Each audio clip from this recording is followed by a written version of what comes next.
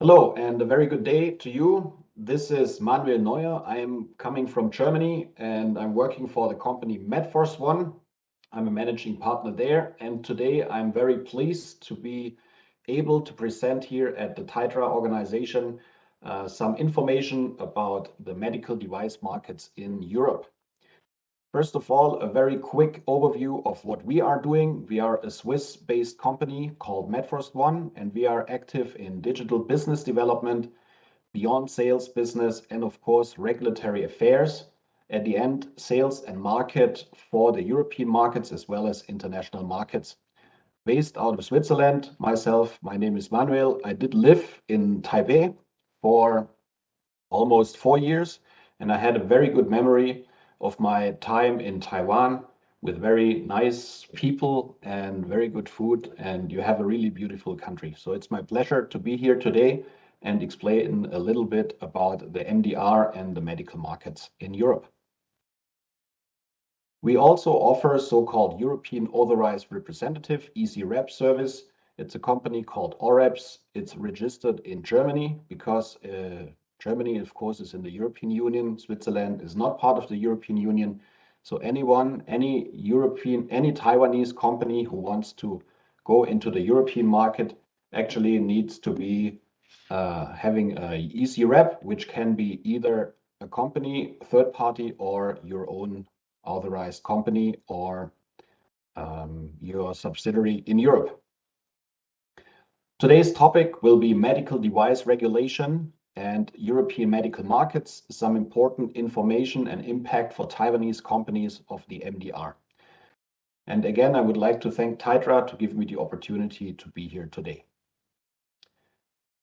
The following will be discussed during the short talk today. It will be some facts about the European medical markets, major changes of the MDR, the medical device regulation, and of course, what will be the main impact for Taiwanese companies with regards to the European medical device regulation, MDR. The first chapter will be about European medical markets, a quick facts and quick overview for everyone to get a little bit more familiar with the medical markets here. So this is a map of Europe. You see there are a lot of different countries, including the biggest market for medical devices in Europe, which is Germany. So in the year 2020, the whole medical device market was estimated around 140 billion euros turnover. It's a huge industry sector in Europe because around 67,000 companies, including small businesses, are actually active in the medical device industries with about 700,000 employees in total. And 95% of these companies active in the medical device market as medical manufacturers or medical device distributors. These are around 95% are so-called SMEs, small, medium enterprises. As you can see here, Germany has been the biggest market, and we will have a quicker look about this in the next slides. A question always asked is, what is the total expenditure on medical technology per capita in Europe, and what is the percentage spent of this? And we have around 265 euros per capita in Europe. But we need to consider that Europe actually consists of various different countries with a lot of different economic strength. And in total, around 11% of the GDP is spent on healthcare. It's a lot less as compared to, for example, the US, where around 70 to 18% of the total GDP is spent on the healthcare market. A little bit more about what does it mean? What are the main items in the medical device sector? So the biggest part is inpatient, outpatient care and others. And the medical technology is around 7.6% of the total healthcare expenditure. So we got inpatient and outpatient care as the number one. Number two would be the pharmaceuticals market, and then the medical technology market. Just a small hint, all the data provided will be including the UK, even though that, of course, after Brexit, the UK won't be part of the European Union, but still It's a medical device market close to the European Union and important for all the Taiwanese companies looking into entering the European markets. Coming to the sizes of the different markets, we got Germany as the biggest market in Europe, followed by France, and the third is UK. And what you can see on the left side is around 25.6%, which is about 1/4 of the total healthcare expenditure for medical devices. Medical devices is actually from Europe, followed by France around 15, and then we got UK. This data is to compare a little bit the European market with the other markets in the world. So in total, we can say that today, around 40% of the total medical device market is actually the US. So the US is definitely the biggest market when it comes to medical devices and medical equipment. Second biggest would be Europe. If we take Europe as a complete part of the world, then Europe would be second. And number three is People's Republic of China. What does it mean? It means that if you take out the different countries like Europe, there are different countries, as we said. You can say that the biggest market would be the US, already followed by the People's Republic of China. And then Japan would follow, and after that it would be Germany. How about the growth rates in the European medical markets? So actually, it's not a real growing market. It's an interesting market still for a lot of Taiwanese companies, and also, of course, other medical companies from all over the world who want to enter the European market. But the growth rate has been stable by around 2% over the past 10 years. In 2009, we had the economic crisis. You might remember we had a short fall in the expenditure. And then, of course, in the year 2019, when the pandemic started, the lot of expenditure has also changed to the different parts. What does it mean? We got a lot of different items here, and you can see in the year 2020, in the pandemics, we had, like also in Taiwan, all elective surgeries have been postponed. And that means that we had maybe a growth in some items, but like orthopedics and prosthetics was a minus. Apart from that, all the different sectors in the medical device industry are constantly growing. And it's expected that this growth will continue, even though that there is war right now in Europe, and there might be an economic crisis. Still, a growth is expected because of aging population in the European Union. Small short hint about the IVD market, the in vitro diagnostic device market. We also got top 3 in Europe. Number 1 would be Germany, followed by France, and then Italy, and then followed by others. The IVD market is actually also growing very slow. However, you can see in the year 2020, we had a big jump, which is very clear. So 2020 and 2021, we had a lot of items like PCR tests or quick tests to test the COVID-19. And that, of course, has built a lot of growth into the IVD market. However, apart from that, it's more or less a stagnant market. Europe still gets a lot of imported medical devices, of course, and we got the US being the biggest importer to Europe, followed by the People's Republic of China. So these are the biggest suppliers to the European markets, as we can see here. So the world map, and in the middle we have the European markets. Export destinations, it's also important to know. Of course, also in Taiwanese hospitals, we got a lot of medical equipment which is made in the European Union, whether it would be French items or medical devices made in Germany.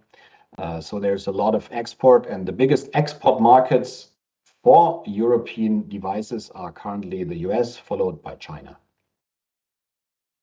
A little bit about the differences in the countries. As we said before, Germany is the biggest country, and it's also the biggest exporter and importer of medical devices.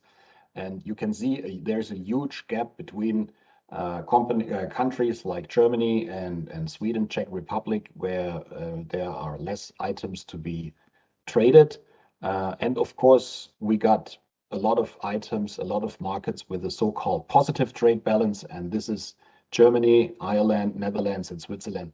All these countries mentioned here are actually exporting more medical devices than importing into the European Union. We also got some with negative trade balance, and you can see that especially France, even though that France has some very innovative and good medical manufacturers, still they import more than they export. So they get the biggest actually trade deficit when it comes to medical device items. Very important for Taiwanese companies also, because that means that most probably France could be a very nice market to attack for different reasons. The top 3 trading partners for the European Union are USA, China, and Japan. So those are the biggest trading partners. Of course, Taiwan is also a very good trading partner for the European Union, but still, because of the population and country size, we got the US and China with a lot more inhabitants as compared to 23 million Taiwanese citizens. A little bit about the latest medical device regulation, how we call it. Before that, it was the so-called MDD, the Medical Device Directive, and now we have the Medical Device Regulation active in the European markets. And I will give you a short overview, really just a quick update on what is happening here. So first of all, one of the major changes in comparison to earlier regulations in the European market is that now the responsibilities for manufacturers, importers, and distributors have been changed and they have been clarified. In the past, there was a lot of questioned whether this or that is valid, and now the European Union tries to get the things more easy and more strict so that everyone is able to have the right items made into the MDR, medical device regulation. It's also applicable for the IVD market. Here we call it the IVDR, which is the in vitro diagnostic regulation. And these stricter rules also apply. However, MDR and IVDR, there are completely different items, which companies, manufacturers from Taiwan have actually to check. The responsibilities of the European authorized representative, the so-called EC rep, has been changed a lot. We always highlight this because now the European authorized representative is equally liable for defect items, for example, as the manufacturer.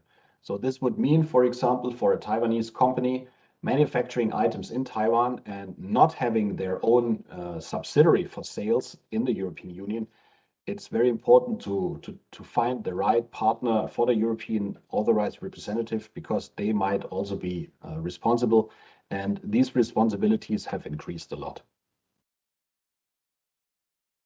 What is the impact for the Taiwanese company? That's of course something which for you will be very interesting and very important to know. And that's why we have highlighted a couple of points here, showing that there is some impact for Taiwanese companies as well. So the main item, actually, what is the main impact for actually Taiwanese companies, but also European companies? So even a company like a medical device manufacturer based in Germany has the same bigger problems now while entering the European market. And the biggest change actually is that all the pre-market and post-market follow-up has been changed, and there are a lot more detailed regulations applicable to clinical data and clinical regulations, the so-called CER, the clinical evaluation report.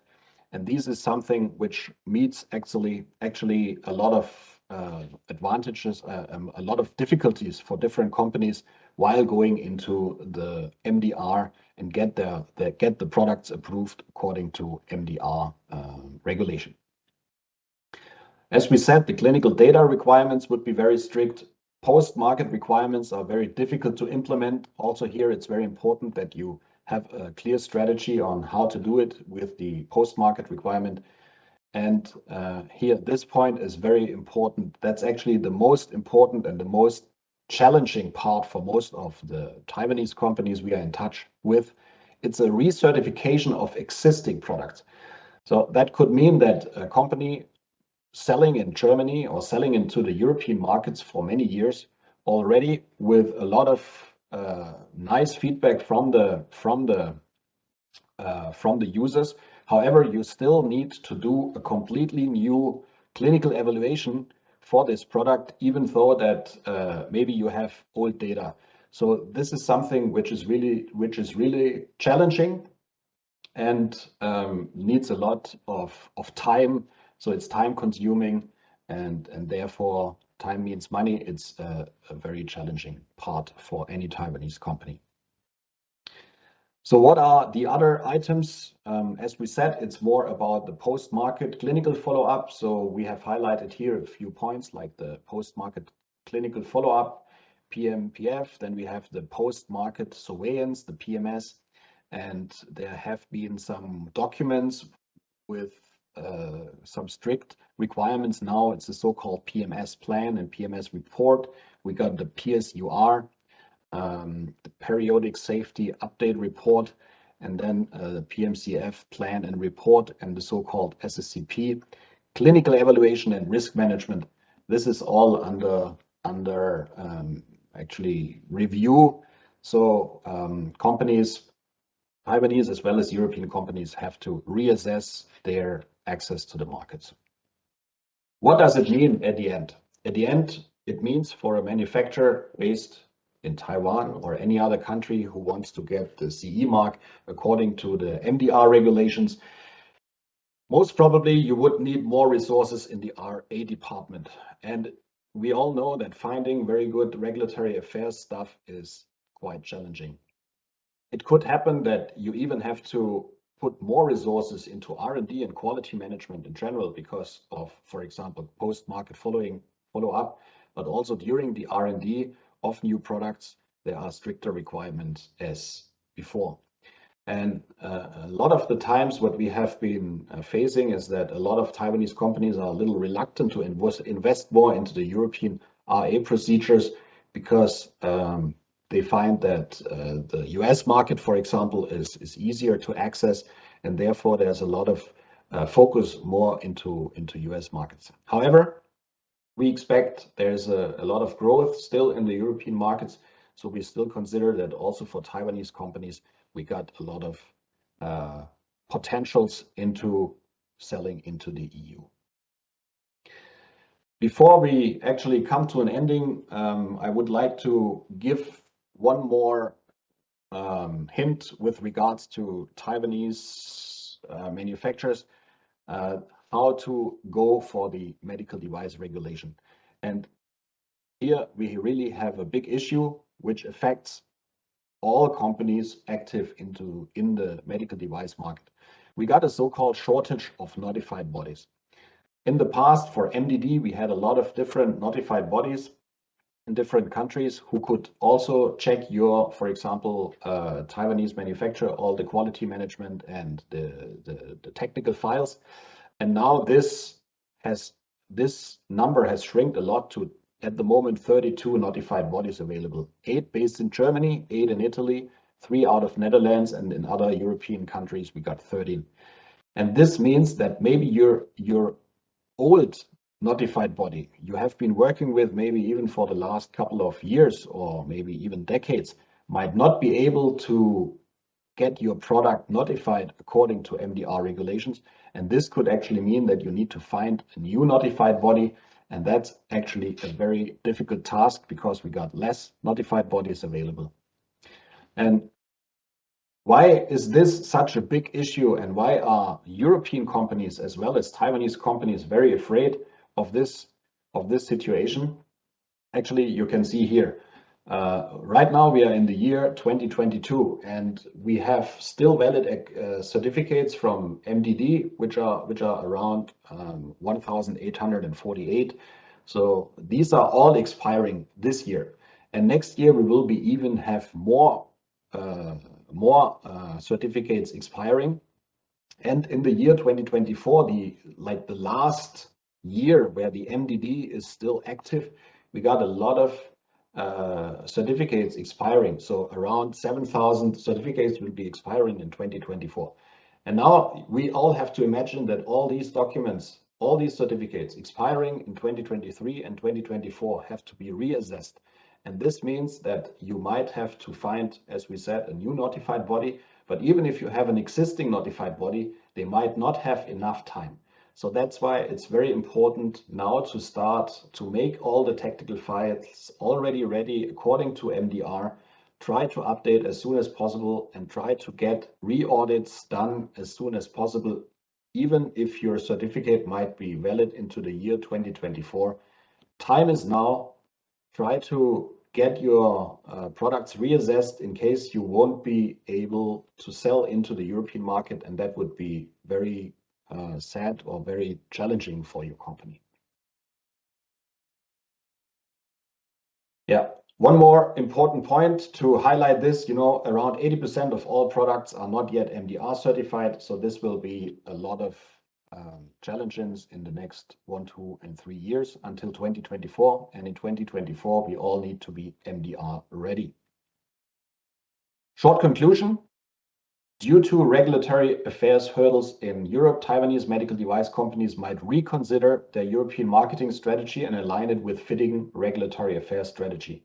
This could mean, for example, thinking about not selling all the existing products still into the European market. And what we have found is that a lot of companies are underestimating the need for a speedy implementation of MDR. And that's why, one last word from my side, please try to assess, in case you really want to focus on the European market, try to assess as early as possible whether your company has all the items ready to get MDR certified in the next couple of 2 years, actually. This was it about a very short, quick introduction. Just I hope it is helpful for you sitting in the auditorium and listening to this, and I could explain a little bit about the challenges. In case there are any questions, feel free to reach out to me directly, and of course, Taitra will also be very happy to assist you. Once again, thank you very much for you, everyone here listening to my short speech. And thank you again, Taitra, for giving me this opportunity to share some insights of the European markets. Thank you very much.